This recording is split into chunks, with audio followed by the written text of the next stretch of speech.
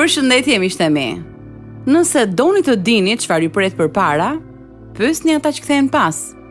Personazhi i historisë tonë ndoqi një rrugë të errët dhe të mbushur me rreziqe. Gjatë ecjes së tij u gjen brenda një tuneli pa dritë dhe ndaloi për të kërkuar një rrugdalje, por më pas u pendua.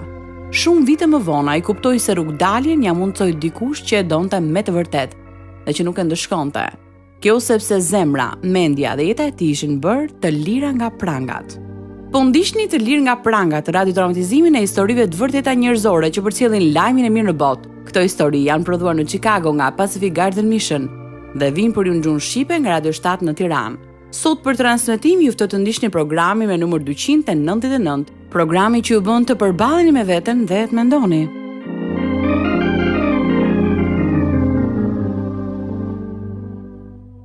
Më thuaj, Peter Lee, çfarë ke mësuar nga ato që ke lexuar për udhëheqësin e madh Mao? Udhëheqësi i madh Mao thotë se Partia Komuniste ofron liri edhe barazi. Vetëm Partia Komuniste, jo klasa e borgjezëve. Ti i përket asaj klase. E vërtet. Me ndihmën e fesë, klasa juaj i ka mbajtur njerëzit nën zgjedhje. E vërtet. Feja nuk bën pjesë në të ardhmen e Kinës. Apo jo, shok? Ky shoku ynë këtu beson ende në prralla. Feja të verbon. Perëndia nuk ekziston, Peter Lee. Të kanë mashtruar. Thuaj të vërtetën. Dhe partia do të lejoj t'i kthehesh studimeve. Thuaj pra, Perëndia nuk ekziston. Në programin tonë të rrës së shkuar dëgjuam se personazhi i historisë son lindi dhe u rrit në Kinë gjatë kohës së komunizmit. Familja e tij u përndoq për shkak të pasurisë dhe besimit. Duke qenë se ishte nxënës i shkëlqyer, ai priste që të vazhdonte studimet në një nga universitetet më të njohura të vendit. Në fakt, atë e dërguan në një vend shumë larg shtëpisë së tij. Atje ndau besimin e tij me të tjerët dhe më pas u dërgua në një kamp për edukimi. Në pjesën e dytë të kësaj dëshmie të vërtet, Peter Lee do të tregojë se si ai arriti të mbijetonte. Kjo është historia e tij e vërtet dhe vjen tek ju tani në Të lirë nga prangat.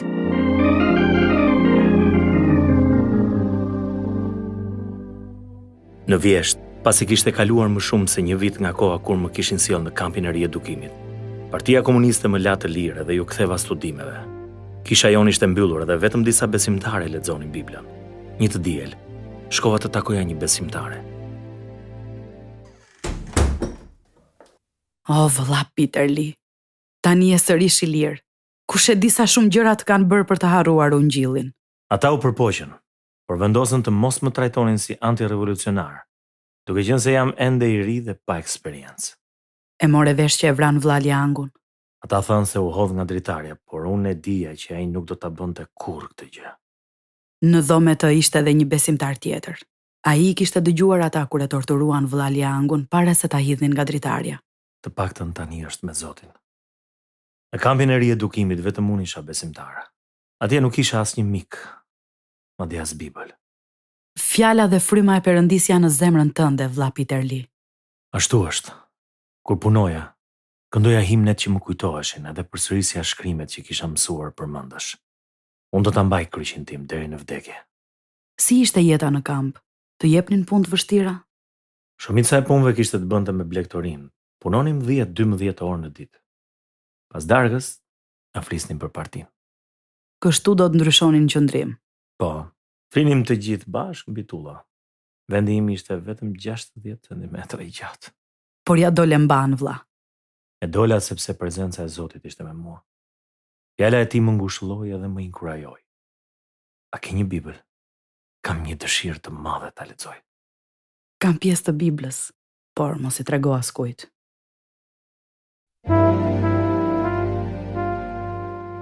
Gjatë pushimeve dimrore u ktheva në shtëpi. Kisha shumë dëshirë të takoja miq besimtar. Nuk kishte më kisha të mirëfillta. Kishte mbetur vetëm kisha e kontrolluar nga shteti dhe mësimet e saj nuk ishin as pak nga Bibla. Regjimi komunist lëndoi edhe nënën. Vëllai yt e ka mohuar besimin. Po si ka mundur ta bëj këtë? Vitin e shkuar ai u përndoq dhe vuajti shumë. Ishte e tmerrshme. Më pas, deshi të studionte në një universitet më të mirë. Më vjen keq, Nan. Vendimi i tij më ka lënduar jashtëzakonisht shumë. Tani e kuptoj pse pësove infarkt. Lutu për të birë. Komunistët janë vërtet të pamëshirshëm. Dhe të zgjuar. Njerëzit mund të shkojnë vetëm në kishën e kontrolluar nga shteti ku mësohen gënjeshtra dhe jo e vërteta. Dua shumë të takoj miq besimtar këtu, po nuk po gjej askënd. Unë njoh disa besimtar të devotshëm. Mund të shkosh për vizitë. Zura miqësi me vajzën e pastorit më të njohur të Kinës, edhe lutjet e saj më dhanë forcë. Më pas u ktheva në universitet. Një vit më vonë, ajo u arrestua dhe u dënua me 20 vjet burgim. Atë pranverë komunistët nisën një fushat tjetër politike të quajtur Lëvizja e Pastrimit. Ata i nxisnin të gjithë që të transmetonin kudo pikpamjet e tyre politike. Kështu, studentët më zgjodhen si drejtues për të fituar mbi studentin që partia kishte zgjedhur. Udhëheqësi i madh Mao thotë se duhet të flasim me liri dhe të shpallim pa frikë atë që dim. Mos e fajsoni folësin, por merrni fjalët e tij si një paralajmërim. Korrigjoni padrejtësitë dhe mësoni prej tyre. Bëni kujdes që ajo padrejtësi të mos përsëritet në të ardhmen.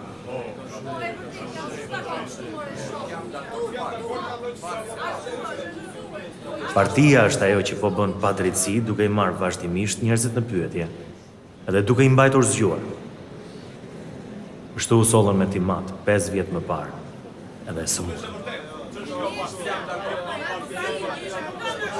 Lëreni të flas.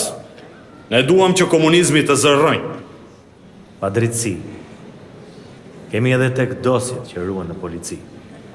Partia shkruan në dokumente gjëra që nuk janë të vërteta, edhe më pas i përdor si akuza.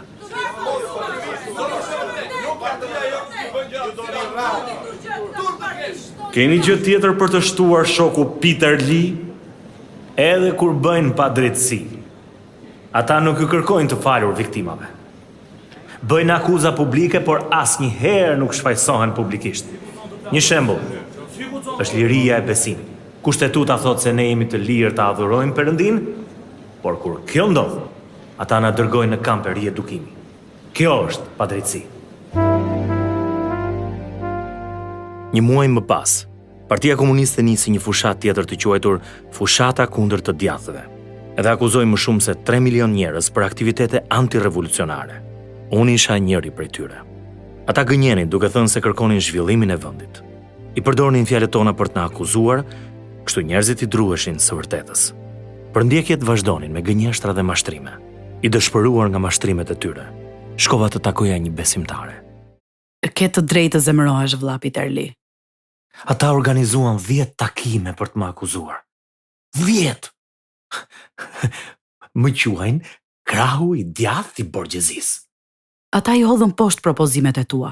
Donin vetëm të tregonin kush ishin armiqtë e tyre. Nuk e besoj dot që studentët u kthyen kundra meje. Ata nuk kanë frikë, sepse nuk e njohin Perëndin. Vetëm një nga miqtë e mi nuk foli. Qëndro në shtrëngime, vëlla Peter Lee. Perëndia po i lejon të gjitha këto për një qëllim. Do të kthehem në shtëpi. Nuk dua të studioj më këtu. Kjo mund të jetë një provë nga Zoti. Po hoqë dorë do të më katosh kundër ti. Në të ardhmen do të përndiqesh akoma më shumë, sepse Partia Komuniste ka marrë kontrollin në çdo vend. Ke të drejtë. Le të lutemi dhe t'i kërkojmë Perëndis, të na japë urtësi edhe të na drejtojë. I vazhdova studimet dhe notat që mora ishin të shkëlqyera, sepse Perëndia dëshiron që ne të lëmë një dëshmi të mirë për ta nderuar dhe lartësuar emrin e tij. U ktheva në shtëpi gjatë pushimeve verore. Gjatë asaj kohe, njoha motër Niun edhe një vëlla. Miqësia jonë ishte e fortë, edhe pse përpara na prisnin përndjekje nga më të ndryshmet. Një herë, familja ime u mblodh, por nuk ju tregova asgjë që kishte të bënte me situatën time, sepse nuk doja t'i shqetësoja. Prita deri ditën e fundit. Edhe atëherë i tregova nënës për rreziqet që na kanoseshin. Si janë miqtë tu? Po i paralajmërojnë të gjithë nën që të kenë kujdes nga kisha e kontrolluar nga shteti që të largohen prej saj. Jeni me të vërtetë të Zot. Nën, të gjithë do të përndiqen. Edhe unë. E di, kanë për të më akuzuar sërish si antirevolucionar. Vetëm se po thoni të vërtetën? Po, në universitet më akuzojnë vazhdimisht. Bir Jezus I tha, lum ju kur do t'ju shajnë dhe do t'ju përndjekin dhe duke gënyer, do të thonë të gjitha të zezat kundër jush për shkakun tim. Unë jam gati që të shkoj në kamp për edukim. Edhe është e sigurt që kam për ta bërë, megjithëse nuk e di se kur do të ndodh apo për sa kohë do të më lënë atje. Unë lutem gjithmonë për ty, Bir. Kur u ktheva në universitet, askush nuk më fliste, përveç se kur bëheshim mbledhjet 2 herë në muaj. Më pas, më dënuan. Dënimi I radhës gjati 6 muaj. Ndihesha vetëm. Natën gjeja një vend për të qëndruar vetëm, edhe I lutesha Perëndis. Perëndi I dashur, ti je një dhimbjen time, sepse edhe ty të përqeshën edhe të dënuan. Jezus, bëje të fortë zemrën time. Më ndihmo të kujtoj se ata nuk janë armiqtë e mi, sepse betejë jonë nuk është kundër gjakut dhe mishit, por kundër principatave, kundër pushteteve, kundër sunduesve të botës së errësirës të kësaj epoke, kundër frymave të mbrapshta në vendet qiellore. Më ndihmo të kujtoj këto vargje gjatë kohës së provave, Zot. Në mars, Partia Komuniste më akuzoi si antar të lëvizjes Krau I Djathtë I Borgjezisë edhe më dërgoi në një kamp për edukimi, por kësaj here si student.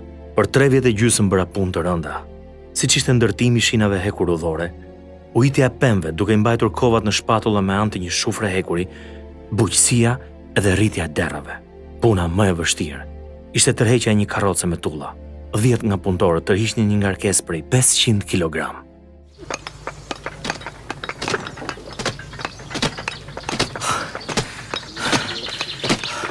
Kjo është puna më e vështirë që kam bërë ndonjëherë. Po, edhe nuk po ushqehemi si duhet. E vërtet. Ore, përse na urrejnë kaq shumë? Nëse komunizmi është më I mirë se krishterimi, atëherë pse janë kaq kundër besimit ton? Ata e dinë që kjo është gënjeshtër. E vetmja gjë që di është se nuk kam më fuqi për ta tërhequr këtë karrocë. O Zot, kur do të mbarojë gjithë kjo? Kam kaq shumë uri. Edhe unë. Ej, si thua si kur sonde të vjedhim ca nga ushqimi I derrës? 4 kilometra. 6 rrugë. Ditë ne bëjmë 32 kilometra duke mbajtur tulla. Ngjisim në Kodër. E di, mendoj se kemi mbajtur 1 milion tulla. Matematikan je ti? Partia thot se jam punëtor. Edhe duhet të shërbej 14 orë në ditë.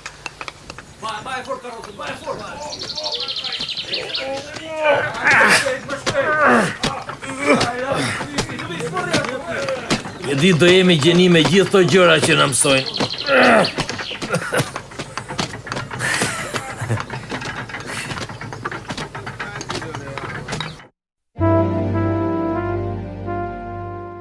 Një nga punëtorët vdiq për shkak të kushteve të vështira.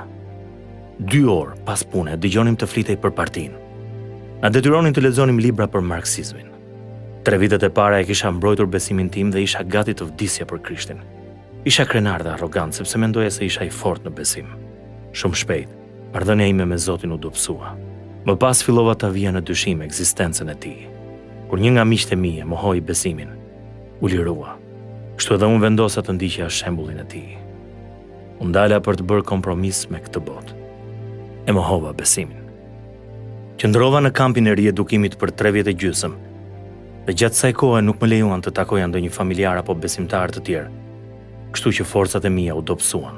Pasi mohova besimin, komunistët më lejuan të rikthehesha studimeve edhe u diplomova.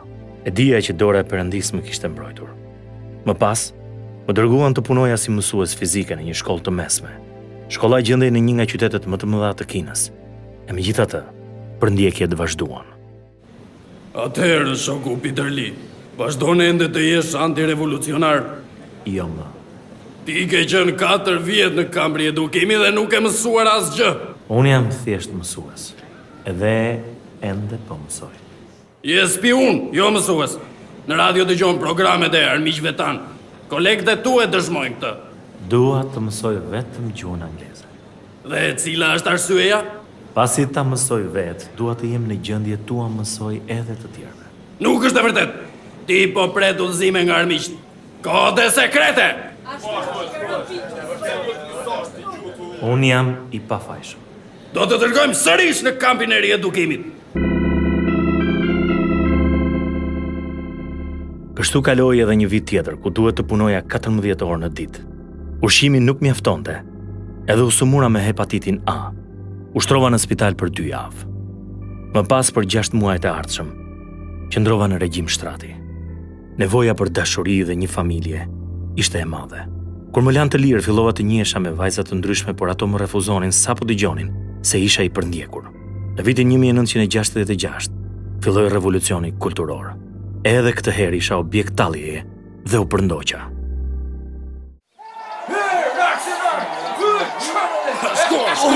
Shkolja më shumë flakët, shkolja! Prit, tani idhi bojmë mbi kokë, hija! Atë lup, qënë! Se silleni kështu? Askara, sepse ti e armik i revolucionit! Vendosja një tabelën krahëror. Servil i imperialistëve amerikan. Lidhjani litarin rreth qafës, lidhjani! Do të më varni? Jo, do të të shëtizim me rrugëve të qyteti që të kuptojnë njerëzit se ti e armik i vendit! Marsh, shtyheni! Imperialist! Më lidhën me litar dhe më nxorën rrugëve të qytetit, ku njerëzit më fyenin dhe më përqeshnin. Më kthyen në kamp për 2 muaj, edhe më pas më lanë të lirë. Familja ime ishte shumë mirënjohëse Perëndis që edhe këtë herë ai e kishte kursyer jetën time. Gjatë fushatës politike u vran rreth 500.000 kinez. Në atë kohë kisha kaluar të 30-tat, edhe doja të martohesha me një vajzë të krishterë. Vazhdoja të jepja mësim. Një vit më vonë, një mik më prezantoi Çangun. Ne u njohëm në një park të madh dhe folëm për familjet tona. Në takimin e dytë, i tregova se isha i përndjekur. Ti je i krishter? Po, unë besoj që Jezu Krishti vdiq për mua. Nuk mund ta shpall dot besimin tim, por e besoj me gjithë zemër. Po unë nuk di asgjë për besimin tënd. Unë dua ta dish të vërtetën para se të vendosësh të takohemi sërish. Unë jam i persekutuar, edhe kam qëndruar në kampin e riedukimit për 5 vjet. Atje rojet janë tallur me mua dhe më kanë torturuar. Mund të më arrestojnë dhe të më rikthejnë në kamp. Shumë nga miqtë mi kanë vdekur atje. Edhe familja ime është përndjekur kur filloi revolucioni.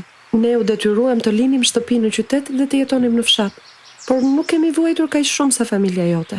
Tani ti e di të vërtetën, Çang. Si thua, mendon se mund të takohemi sërish? Shoku Peter Lee, më duhet të pyes familjen. Kaloi 1 muaj dhe Çangu e kishte të vështirë të vendoste nëse duhet të takoheshim sërish. Gjyshja e saj ishte e vetmja që e mbështeti. Në fund, ajo pranoi dhe dolëm shumë herë bashkë. Ram në dashuri me njëri tjetrin. Jeta nuk ka për të qenë lehtë nëse martohesh me mua, Çang. E di Peter, unë nuk di shumë gjëra për Biblën, por dua ta ndjek Perëndin tënd. Po të kisha Bibël, do të ta jepja. Vetmja Bibël që kam është në zemër edhe në mendje. Shumë kapituj të saj i kam mësuar përmendësh. Të paktën partia nuk i gjen dot për t'i shkatërruar. Është përpjekur. Ajo do që të na largojë nga e vërteta e Perëndis me anë të propagandave të tyre. Por prania e Perëndis është gjithnjë me ne dhe askush nuk mund ta ndryshojë këtë. Nëse ti kthehesh në kamp, unë do të vi me ty, sepse të dua. Çang, unë jam lutur që Zoti të më sillte dikë si ty. Do të dua gjithmonë, pavarësisht se çfarë mund të më ndodhë.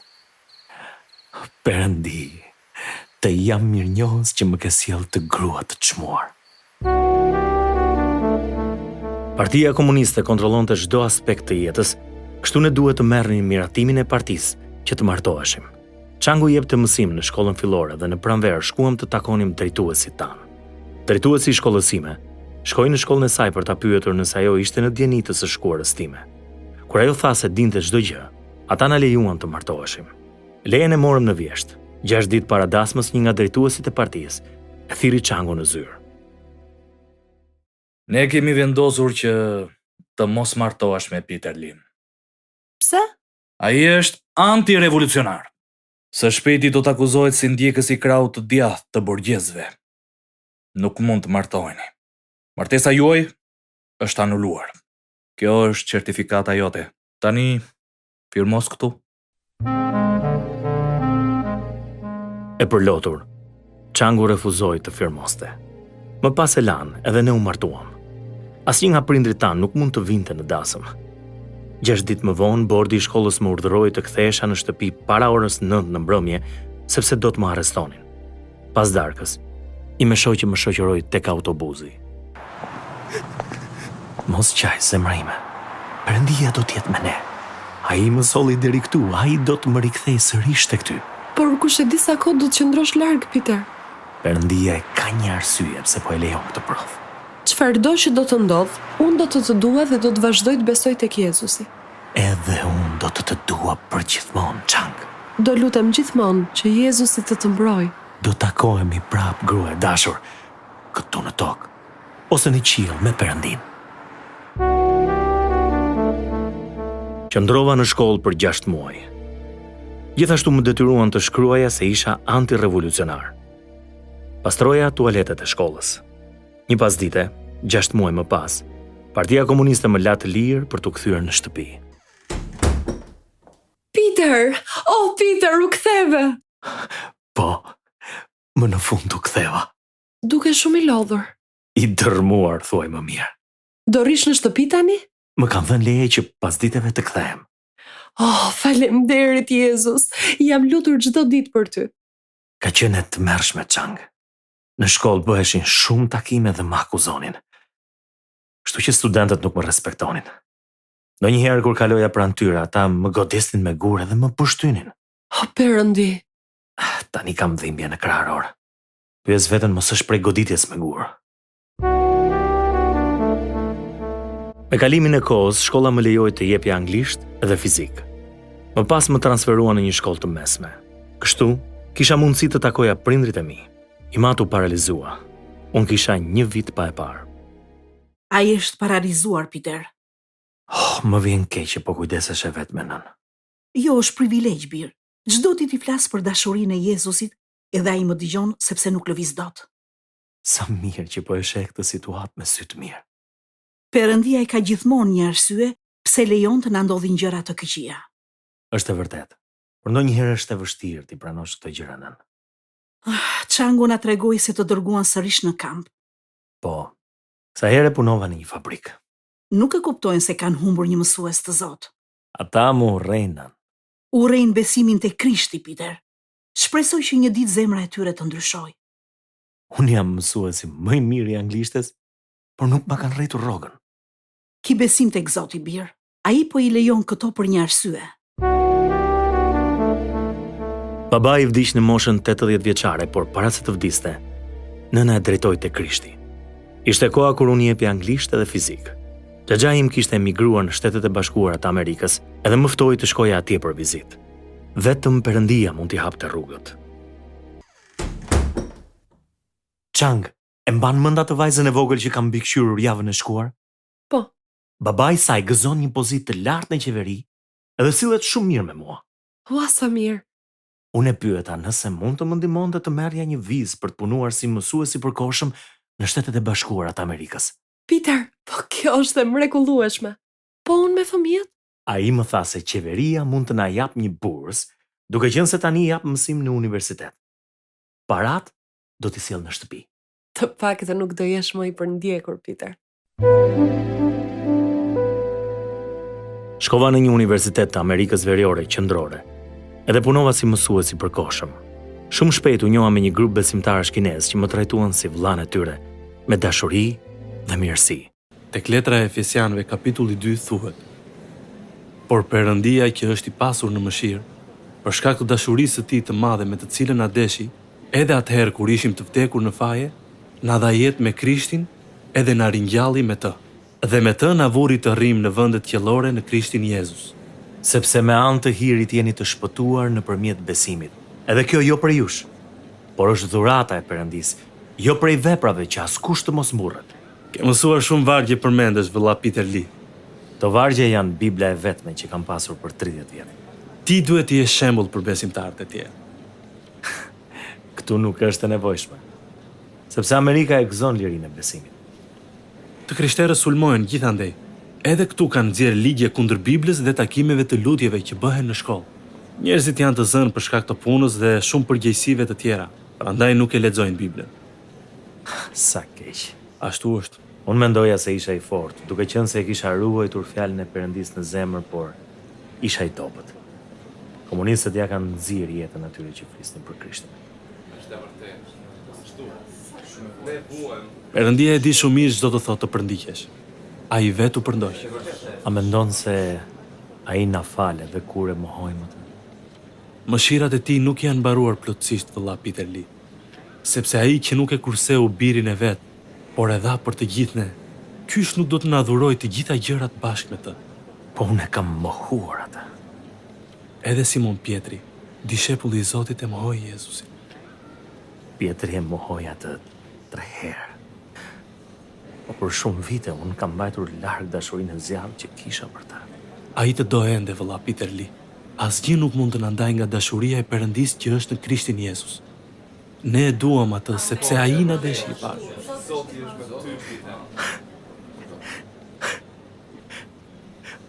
Mëkati im është shumë i rëndë për mua. Po t'i rrëfej mëkatet tona. Ai është besnik edhe i drejtë të na falë mëkatet dhe të na pastrojë nga çdo paudhësi.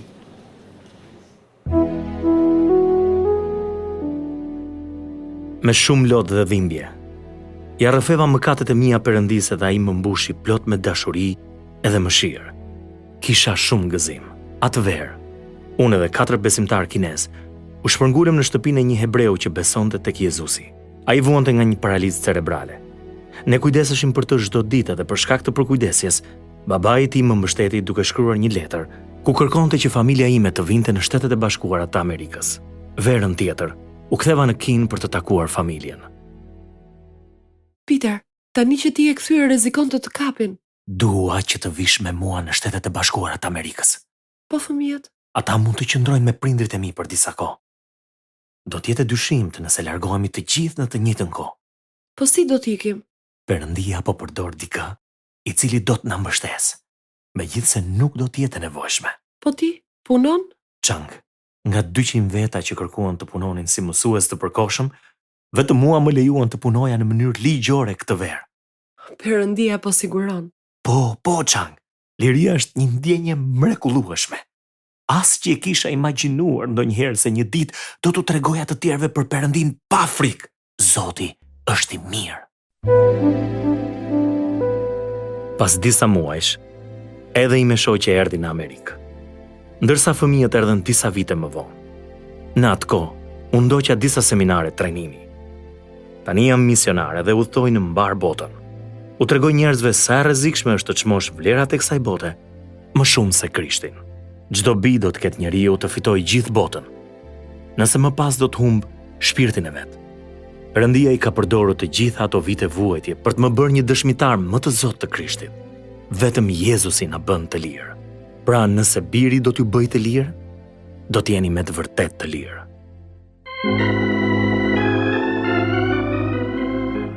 Tek Ungjilli sipas Gjonit në kapitullin 14 në vargun 6 thuhet: Unë jam udha, e vërteta dhe jeta. Askush nuk vjen tek Ati, përveçse nëpërmjet meje. Miqtë e mi, nuk ka asnjë mënyrë tjetër për të shkuar tek Perëndia, dhe asnjë mënyrë për të shlyer mëkatet.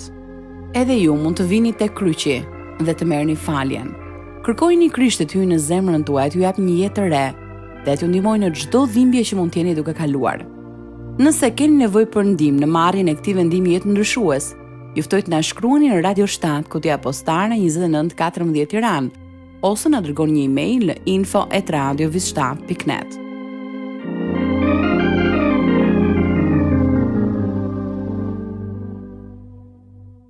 Ndoqët programin me numër 299. Kjo ishte pjesa e dytë e historisë së vërtetë të atij që ne kemi quajtur Peter Lee. Të lirë nga pranga të prodhuar nga Pacific Garden Mission dhe u soll për ju në gjuhën shqipe nga Radio 7 në Tiranë, për të treguar nëpërmjet historive të vërteta se nëse jeta juaj është bosh, ajo mund të mbushet derisa të derdhet. Do të ishte kënaqësi të dëgjonim se si ka ndikuar këto programe në jetën tuaj. Ndaj mos harroni të na shkruani. Deri herën e ardhshme bashk, miru dëgjofshim.